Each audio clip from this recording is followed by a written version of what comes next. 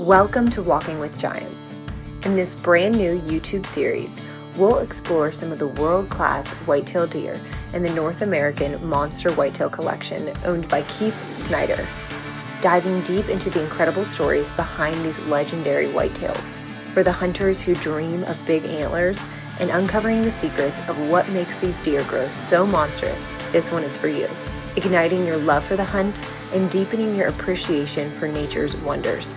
Lace up your boots, grab your favorite drink in your grizzly cooler, and get ready to walk with giants.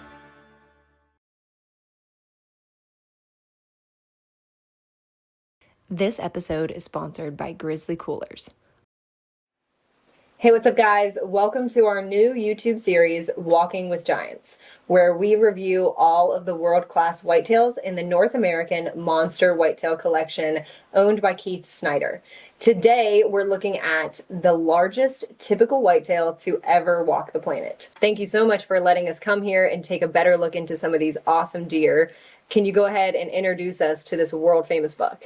So this deer gained a lot of traction when it was discovered in the 90s. The name of the deer is the General. And it was given that name by legendary antler enthusiast Dick Idle. And it's a fitting name. I mean, you know, it's an incredible animal anyway. By all the numbers, it literally checks every box there is when you think about a world-class whitetail. From tine length to mass, beam length, every number is just world-class all the way around. Both antlers well over 100 inches. It is a set of sheds, so it was discovered in 1959. And the rancher that actually discovered or found the antlers was tending to a calf. And from what I understand, while he was out looking for the cow and the calf that had they'd just given birth to the calf, he stumbled upon one of these antlers. I believe he left the antler and went and tended to his herd and came back later, and the other antler was laying in a crab apple tree or a hedge apple tree, excuse me. So he brought him home, hung him in his house for the next 40 years. That's where they sat until they were discovered in the mid-90s. Wow. Just to look at him up close, you really get an idea of just how massive this deer really is. Yeah, he's pretty incredible. So the mass measurements, they're around 50 inches, maybe a little over 50 inches, which is incredible for a big non-typical, let alone a typical. The antlers are approaching that 10 pounds without a skull plate. Without the inside spread, even if it didn't have an inside spread, it would rival the current world record, which is Milo Hansen's deer, which is also an incredible deer. You know, deer are kind of like so unique because none of them grow exactly the same. It's not really like a wild turkey or anything, which we all enjoy turkey hunting, I'm sure, that, all the hunters. But deer are so unique in the fact that they're so different. Yeah. And when they get so big, most deer want to throw abnormal points. And that's why a typical, I believe, is the holy grail once they break, that 180, 90 inch range. To go almost grossing 240 inches is just, that's mind boggling. It's such leap years ahead of, the next second place thing. Right. So a typical is more rare than a non-typical. I think so because, and I think there's a lot of people that would agree with me. A typical deer, it takes the stars have to align almost, like hitting the lottery for a deer to get, completely typical, no abnormals. I mean, even this deer has one abnormal point. But when you start talking about nearly 240 inches of typical antler and only having one abnormal point, that's pretty good average. But no, the deer is super special in every way. It is the holy grail when it comes to typical antlers. We've never seen nothing close. We've been keeping records for, I think there's deer in the Boone and Crockett record book that date back to the 1840s. So when you look at an animal like this and you think, okay, we're killing 18 million deer a year, I believe, and that's deer that are registered from all the Canadian provinces over to like British Columbia, back to Nova Scotia, New Brunswick, Quebec, Manitoba, Alberta, Saskatchewan, and all the way down to Mexico now, and they're even transplanting these things into New Zealand. So, there's a lot of deer out there, and we're harvesting more and more deer every year. And, not to just account for the deer that are harvested, but when you think about how many sheds are picked up every year, they're not registered. But then you look at how many deer are hit by cars, or how many deer are found dead, EHD, blue tongue, which is, I believe, the same thing.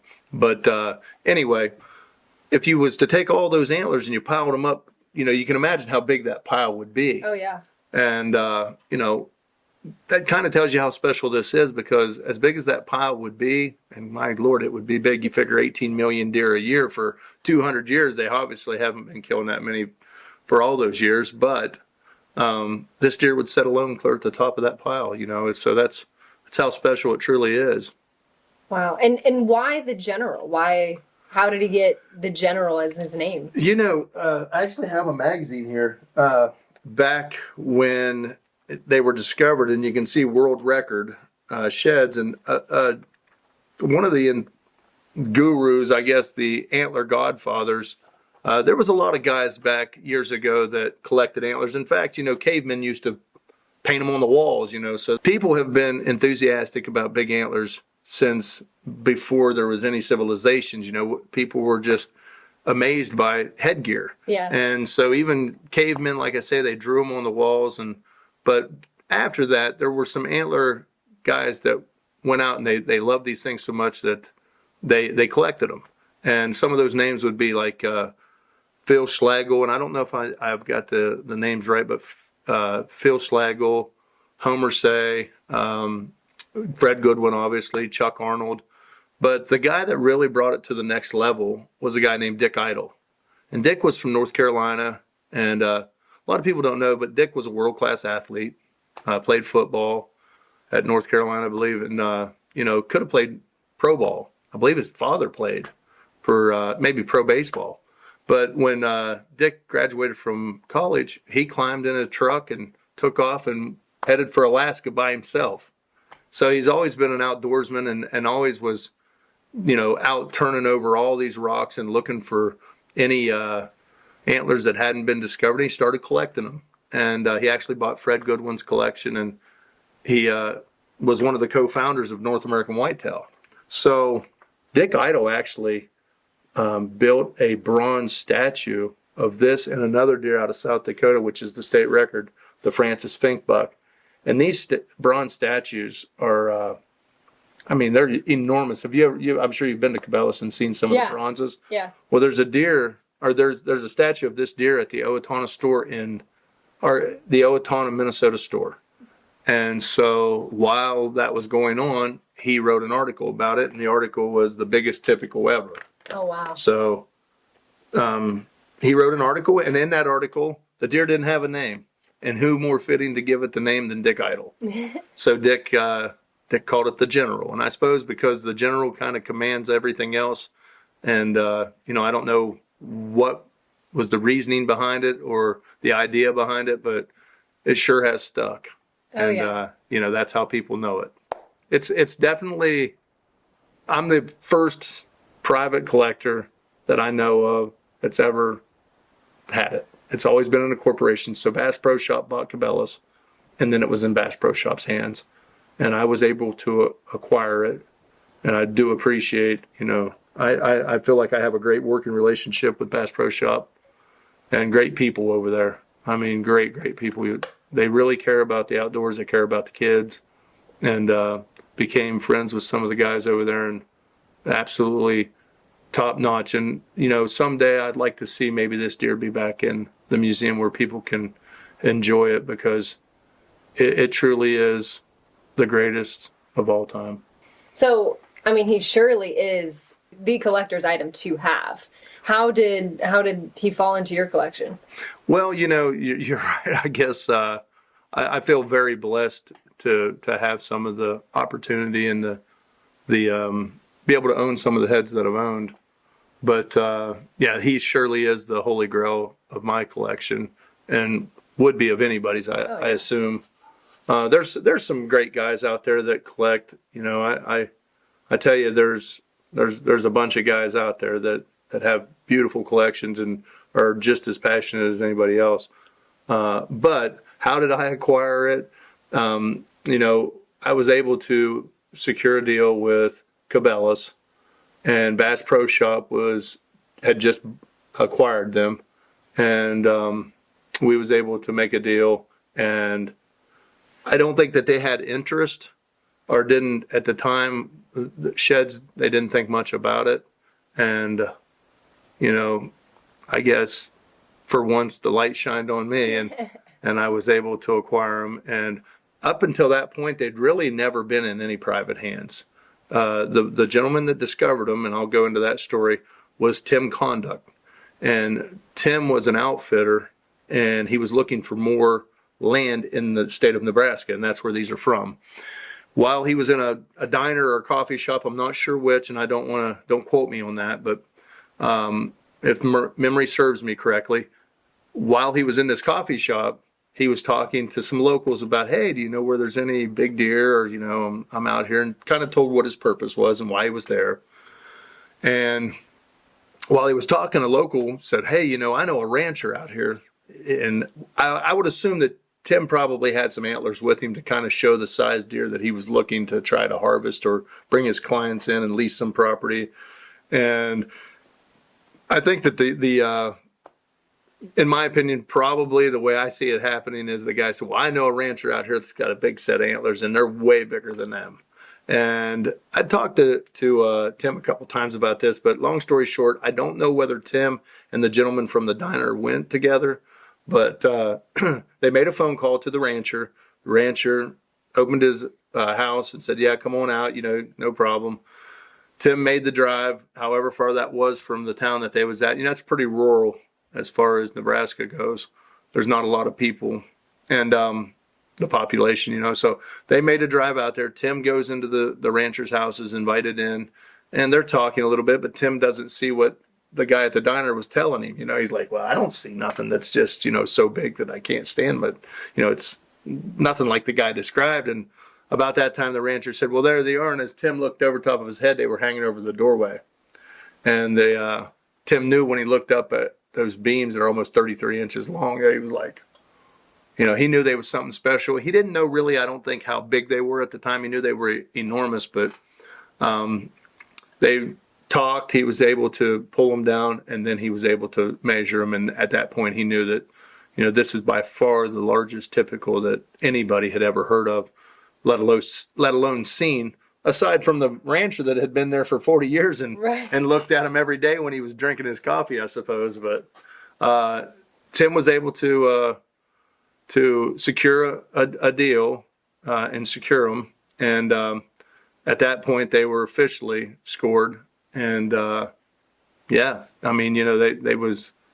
had become the largest typical deer ever known to walk the planet. They're the world record set in the North American Shed Hunters Club.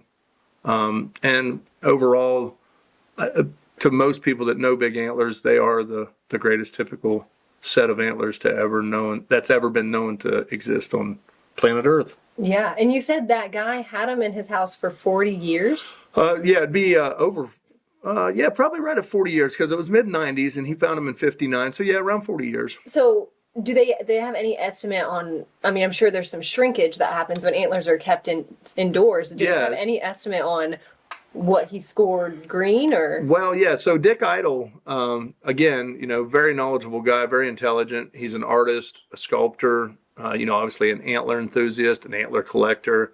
And we know that from people that have had deer harvested, we'll say in the 60s, and then a collector maybe bought them in the 80s and they rescored them just to see that kind of the percentages. You can start to see the percentages of a deer that's being scored 60-day mandatory drying period versus a deer that's being scored 60 years later. Okay. And Dick made a conservative guess that these antlers would have at least shrunk 6%. So because of the mass and the beam length and all these things. So at 6%, and it's grossing nearly 240 inches, at 6%, we can do the math and know that it was at least, 15 inches.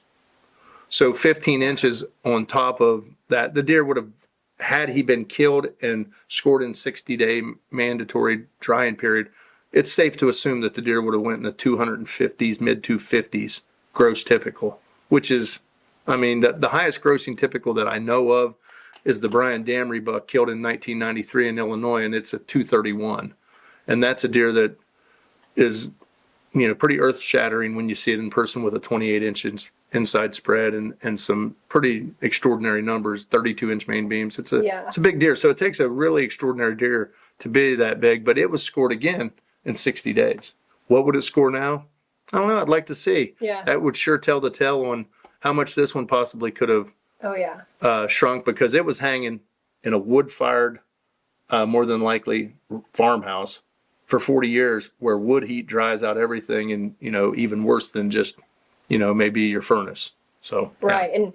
And just, I mean, as shed hunters, the chances of finding both sheds still brown and they're in immaculate condition. I mean, not chewed, not broken. He would have made it all the way through the rut, all the way through winter. I mean, as a shed hunter myself, and I'm sure a lot of people watching are shed hunters, we know how rare it is to find not only a set of 200-inch plus sheds, but to find both sides still brown, completely unscathed, no chew marks. I mean, what are the odds of this? Well, like you said, it's pretty special when, I'm not a great shed hunter. I go, but I wouldn't say that I'm a world-class shed hunter by any means.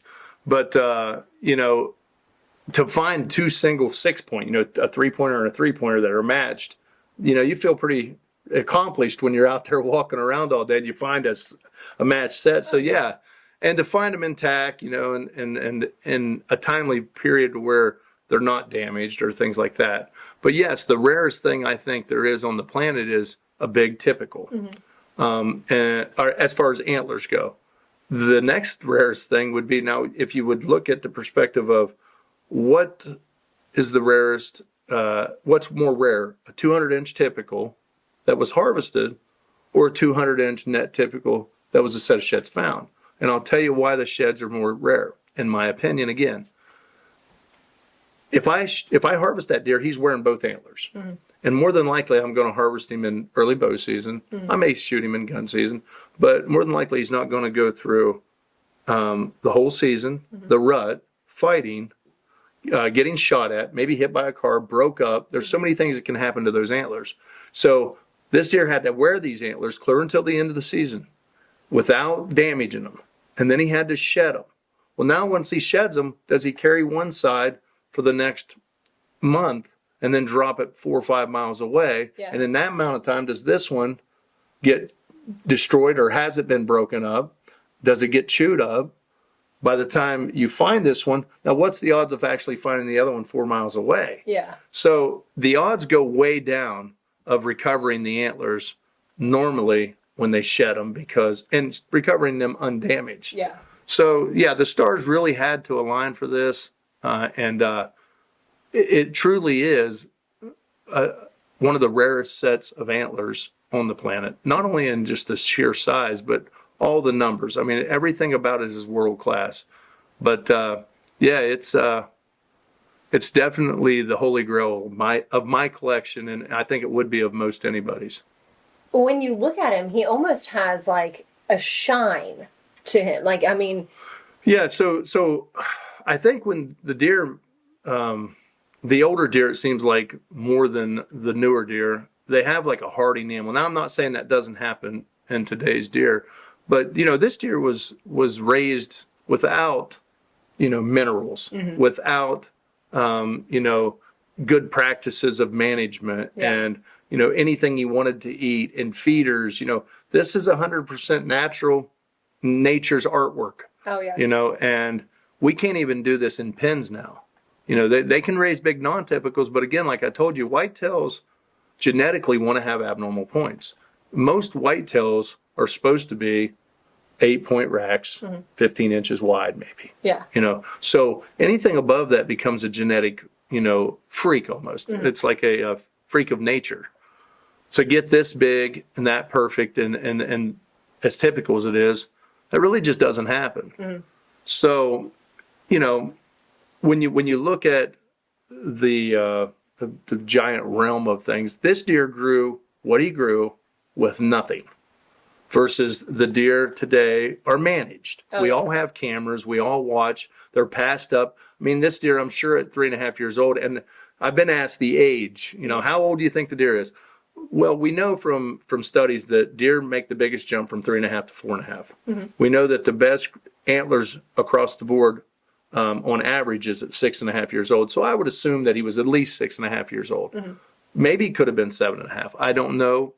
But when we get back to the finish, like you're talking about, the way the antlers harden when they come out of velvet, these older racks, I don't know if it's because the way that they mineralize, I don't know how you would refer to that, mineralize or harden, but when they get that real hard shine, as far as antler collectors go, that's what we want. We call it like an enamel. They look like granite or marble. Yeah. But you can see the big white streaks throughout the rack. Yeah. And that's actually the veining of the rack is what it is. And so when they're in velvet, the deer is feeding their antlers with minerals and blood, and that's what is growing the actual antlers. So antlers in the world of nature is the fastest growing thing there is. They can grow up to 6 inches a day. Now when I say 6 inches a day, a lot of times there's a misconception. People think each tine is going to grow 6 inches or something. No, that's throughout the whole rack. So you've got a little mass here, a little mass there, maybe some tine length, but that's still pretty extraordinary when you think about it. 6 inches in a day. Oh yeah. But yeah. So when they get this real shiny look on them, getting back to that, I'm kind of jumping back and forth here, and I apologize, but when they get the shiny look on them, on the antlers, that's kind of, if you was to cut that antler in half, what I've seen is the ones that are really hard and heavy, the inside, if you've ever cut an antler, in the inside of them, they have like a porous, like almost like I don't even know, there's holes all in it. An elk antler, you can see it real well. Well, when they're real hard like this, that's a lot smaller. There's a lot more of that hard surface, thicker through the rack. And that normally makes them look that gives them that almost like they've got poured glass over top of them. And that's kind of what this rack is. And a lot of the older racks are like that. But yeah, and like I say, the big veins, you can see how big the veining had to be to grow the mass through the beams and those giant beams and the tine length and all that. Just amazing to sit and look at, really. Oh yeah, he's absolutely incredible. Now I can't even imagine what the value of something this rare could be. I guess that again is under interpretation by who you talk to. In my opinion, they're priceless. Yeah. And they probably are in some other people's opinions. And then there's probably some people that wouldn't even, give you $5 for them. Yeah. But, I wouldn't give you $5 for a pair of Jordan tennis shoes, but I just seen where a pair sold for $2.4 million. We all have seen where Logan Paul just paid $2.5 million or something for a piece of cardboard with a Japanese, I don't even know, Pokemon or something like that on there. So, something that they could create again tomorrow. They paid $2.5 million for it. I couldn't really tell you the value. I can tell you that, hunting is a $60-70 billion a year revenue. Now, when we talk about revenue, we're not talking about people just going out and buying license, which that obviously happens. We're talking about guided hunts. We're talking about management. We're talking about food plots, the seeds, whatever we're using to put it in the ground, the four-wheelers, the side-by-sides, the trucks, the bows, the guns, the tree stands. We buy the property. We lease the property. So we're all chasing this. Yeah. And this is the greatest there ever was. I don't believe there's that many people, maybe there is, that are out buying Pokemon cards. I mean, to me, they're paying $1 million for a sweaty football shirt that somebody pulls off their back during a game. And, you could buy another football jersey tomorrow. You can't get something like this. And I've looked across the board because I've been asked that a lot. And we all have phones, so the world's at your fingertips. Oh yeah. You can look up anything you want. And I've looked up everything that is in the top. It doesn't even have to be the number one. It could be the top 10. They're all several millions of dollars. I mean, there was a chair. It wasn't even a rocking chair. It was just a chair I looked up the other day. Just something to do. I think my wife was in the store, and it's $7 million. And so when I'm asked the value, to me, it's priceless. But, I would think that a set of salt shakers that sell for $5 million, a salt and pepper shaker, a bell, $3 million, a pair of high heels was $12 million. Insane. So you'd like to have those maybe, huh? No, $12 million. No, not for $12 million. So, when you start talking about value and things like that, I guess everything's worth what somebody's willing to pay for it. Mm-hmm. Who determines that? The guy that, I guess, maybe when I'm dead and gone ends up with it. Yeah. I don't know. So, yeah, it's really special, and it's number one. And if you're an antler collector or an antler enthusiast, that's the deer you want to see. Oh, yeah. And people want to see big typicals. There's so many big deer that are being grown in pens now that are big non-typicals, and they just points going everywhere. But when people want to relate to a deer or they see deer, I used to show a display of deer, and I'd have people walk through and they'd look at all these big non-typicals, and that they're great. Don't get me wrong. I mean, I love every big deer or small deer for that matter. But when you're looking at a deer, it's hard for me to relate to a 280-inch whitetail with drop tines. I've never seen nothing like that. No. I have seen a 6x6, and maybe you have too. We've seen some 10-pointers. We've seen some 8-pointers. So I can relate to a deer like this. And, deer, whitetail deer, are something that most people can relate to, because we all can walk out. We've been in a car. We've seen one cross the road. Even if you're not a hunter, you've seen one in your yard, or you've seen one in a field, or you've drove down the road and you've seen one. Oh, yeah. You've walked into your uncle's house. He has one on the wall. So the most cherished big game animal on the planet is a whitetail deer. This country was really founded. It's our heritage. Yeah. And so to me, this is the Mona Lisa, of deer. It's the greatest there is, and that has ever been known. Now, when I say known, I say that because I want to make sure that if somebody says, well, how do you know that it's the biggest ever? We don't know. There could have been one in... There could still be one in somebody's basement. No, sure. There could be. Yeah, you just never... I doubt it, because I'll tell you, there's been a lot of...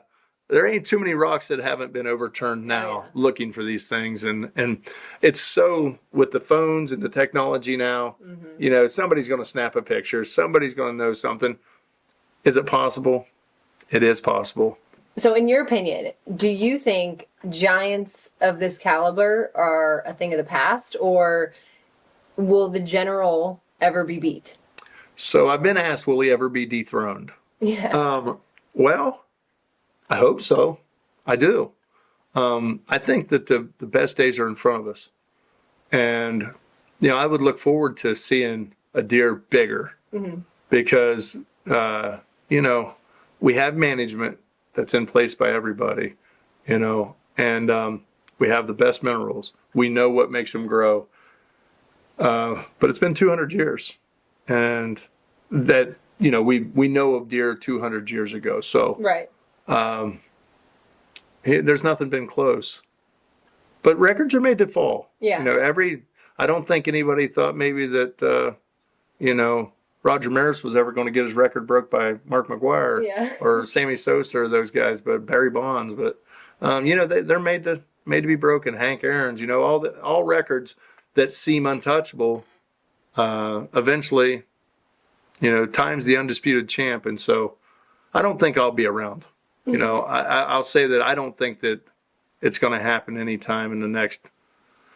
Who knows? It may never happen. But yeah, in 59, 58, when this deer was actually carrying the headgear, because they found him, I believe, in the spring of 59. The rancher said there was 3 deer of similar size. He don't know which one this was, but I think we've heard that all. It's kind of like a lure to when you hear hunting and say, "Oh, you should have seen the one with him." Oh yeah. I'm assuming the deer might have been wide, or might have had a big wide rack like this deer, but when you think about the odds of this deer growing this set of antlers that it's got, it'd be like hitting the lottery 10 times in a row. So when the rancher found these, he should have went and played the lottery, but Yeah. I'm not sure it was around in 1959. Right. So a lot of people confused this deer with the Milo Hansen buck. How does it actually compare to the world record bagged deer? This is obviously Hunter shed. killed deer, yeah. Yeah. So as far as the measurements go and everything, like I said, if you was to just have the two antlers laying there with no inside spread, they're as big as the world record. So as far as the measurements go, through the beams, it's probably twice as big. So the beams on the Hansen are like 28 inches. These beams are 32 plus. The mass measurements through the Hansen buck would be 3 to 4 inch. Some of them are 3-inch measurements, but it does have a couple 4-inch circumferences. This deer is 7.5 inches through the beams. There's probably as much bone in this antler, and I'm probably going to get some flack for that. But I would assume that there's almost as much bone in that one antler as there is in the entire rack of the Hansen. Really? Yeah, as far as how big around the points are, if you actually ground them up, and there was both a pile of dust there. But score-wise, the Hansen is absolutely an absolute gorgeous buck, and the epitome of a big, majestic whitetail. He just didn't have a whole bunch of mass. Mm-hmm. But anybody, I would love to have the Hansen buck. I don't want to take away from the Hansen buck, but they're so far at different ends of the spectrum as far as the sheer size. The general having 50 inches of mass versus 30 some inches of mass. So you're talking 20 more inches of mass. Tine length was probably close to the same, but the tines on the general are twice as big around. And then the beam length, you're talking world-class animal would be a 27-inch main beam. You start talking 30-inch main beams, that's the upper echelon. When you go beyond 30, that's head scratching. You're like, what? Yeah. So when you at 32 plus beams, they don't. There are deer that have growed beams longer, but very, very few, and not usually matching. So and not as heavy. In fact, I'm sure of this. I can say this with the utmost confidence. There's no deer that has beams that long, that big around. I can, and if there is, go ahead and write in. I know there's a deer out of Ohio, Brian Stevens killed, that's 35-inch beams. I mean, it's a giant, but they're nowhere near as big around as that. Yeah. I mean, it's, when you start talking, you could probably reach up there so they can see how big. Yeah, it's got a lot of mass. Yeah, even the H3 is the next one up. Yeah, it's just, you can see how big everything is. And so to have 32 plus beams and be as big around as your forearm. Yeah. That's, and then like I said, the points are 2 and 3 fingers wide. It's an amazing animal all the way around. And I'm very, very blessed to be able to enjoy it and look at it. It truly should be in the Smithsonian, I believe, or somewhere where millions of people could see it every day. But even though it's the largest typical of all time, it's not your favorite deer in your collection, is it? It's not. People ask me, they say, hey, that's got to be, your general's your favorite. And it's not. The deer that's my favorite is, light years away in score. Mm-hmm. Absolutely light years away in score. It's in the 70s. Mm-hmm. Barely makes book. But as a kid, I became emotionally attached to the deer that you speak of. And it's the Illinois roadkill. Mm-hmm. And I've been pretty vocal about that. And it was because, again, Dick Idle, one of the people that I think impacted a lot of young boys my age at that time. He was in the heyday of his career, and he was in videos and all these things. So, I was able to, I think I mowed some grass, and my mom and dad said, well, you can rent a video. And I rented a whitetail video. I was so into whitetails and deer hunting that I rented one, and when everybody was done watching their movies, I got to watch my hunting show. And so I kicked it in, and they started talking. It was Dick Idle. I think Gene Wenzel and Barry Wenzel was in it. And they said, no, we're going to Dick Idle. And they told who he was, kind of the introduction. And he says, well, we're going to show you, he has some of the greatest heads on the planet, and we're going to show you a few of those right now. Well, they pan around, and there's the James Rathbuck, which is one of my all-time favorite also. And they pan around, and there they are holding the Illinois roadkill. And I just couldn't believe a deer got that big. I just kept pausing the video. And back then, you had tracking and squiggly lines in there. And I was just staring at that thing. And I'm sure when I took it back to the movie store, the tape probably never played right again, because for hours I just would rewind it and stop it, rewind it and stop it. And it made such a impact in my life, that deer did, that, for years and years and years, everybody that had, I called Dick. Dick said, I sold the collection. It's down in Texas. And then I talked to John Morgan and McLean Bowman, and they're not going to part with it. Dick told me it was one of his favorites. I thought, man, I'm never going to get this deer. And then it went down to Texas. I talked to them. That's one of our favorites. We couldn't part with that, And so finally they did. Larry Huffman, legendary Whitetails, ends up with it. I think, man, by this time I'm a young man. I've collected a few nice heads, had some state records. Call him up, and I asked him about it, and he says, nope, that'll be the last one I ever get rid of. That's one of my favorites. So fast forward until I'm almost 50 years old, and I was finally able to acquire it. So should the General be my favorite? When it comes to looks, score, and all that, yeah, it should be. But I have such an emotional attachment to the deer you're talking about that's my favorite. And it doesn't hurt that it's an enormous set of antlers. Oh, yeah. They're all my favorite. Yeah, every one of them is my favorite. The next episode we're covering is a story that you've told me is absolutely mind-blowing. So, yes, this is better than the Jordan buck.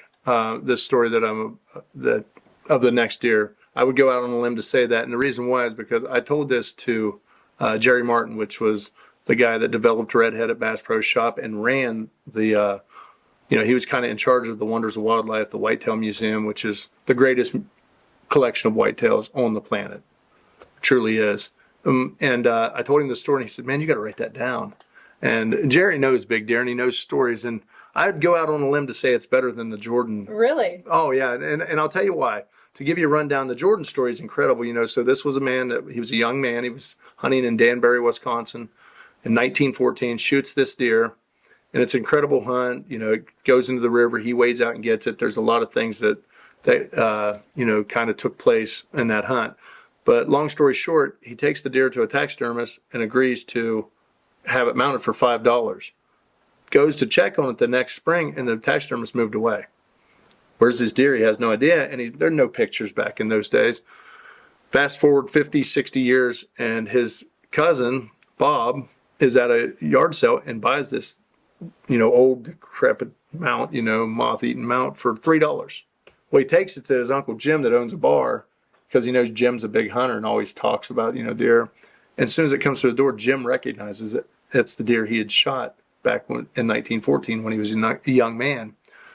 He tells Bob this, but Bob, he ain't buying it. And instead of giving it to Jim, he takes it and has it scored, and it becomes the world record.